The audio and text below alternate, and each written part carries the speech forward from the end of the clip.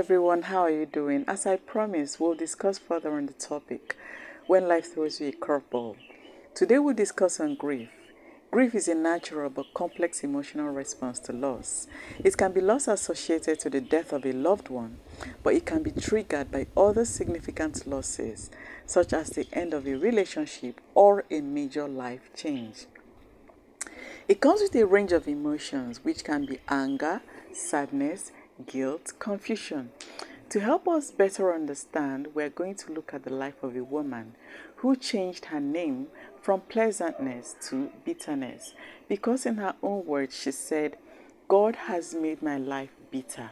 I went away full, but God has brought me home empty. So why call me pleasant when God has caused me to suffer and has sent such tragedy upon me? I've chosen Naomi's life because her life challenges mirror that which is prevalent in our present time. A young family who had to leave their home, they left that which they are familiar with, that which they are comfortable with, to relocate to a foreign land in search of greener pastures. I'm sure they must have had hope of returning back home someday in fullness and in abundance, but that was not to be so, because as Naomi said, God brought her back empty. Naomi lost her husband, and in the years when she was raiding her bosom to cuddle her grandchildren, death struck not once but twice, and she lost her two sons. Look around you. There are so many Naomis. That auntie, that uncle that traveled abroad but came back with only the shirt on their back. That business that you birthed, you nurtured, but somehow you were cheated out of it. Now you feel betrayed. Is it the marriage you gave your tears, your sweat, your blood to, and now you're called useless? You're called non. So, like Naomi, we grieve not just what we lost, but what could have been. Regrettably, our worth is determined by the contributions we make in the present or the investments we hold for the future, with little regard for whatever we achieved in the past. So we grieve. The thing about grief, the brain plays a central role in processing emotions, and grief is no exception. When we experience loss, the brain releases stress hormones such as cortisol. The release of cortisol is part of the broader fight or flight mechanism, preparing the body to cope with the emotional and psychological stress that is associated with grief.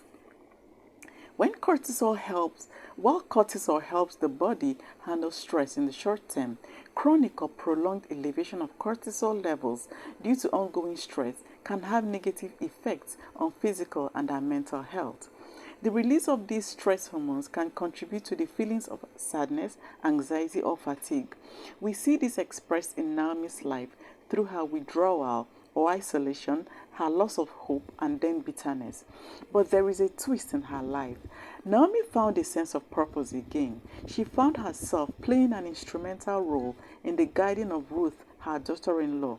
She offered wise counsel to Ruth and actively helped her seek opportunities for a better future. Now, being selfless during times of grief involves focusing on the needs and well-being of others, even when dealing with our own pain.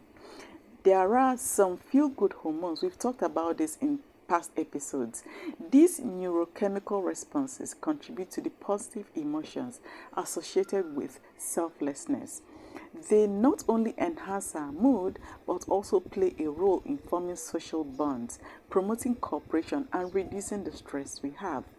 For whatever it is that you have lost, for whatever it is that you are mourning, you will grow them back, I promise.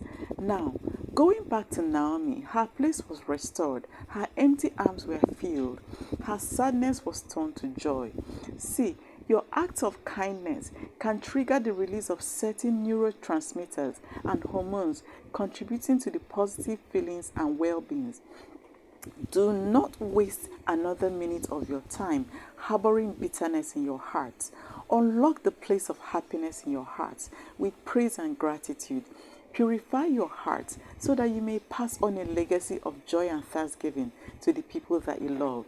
If you have found this helpful, please contribute, share, and like. Thank you for your time. Have a great day.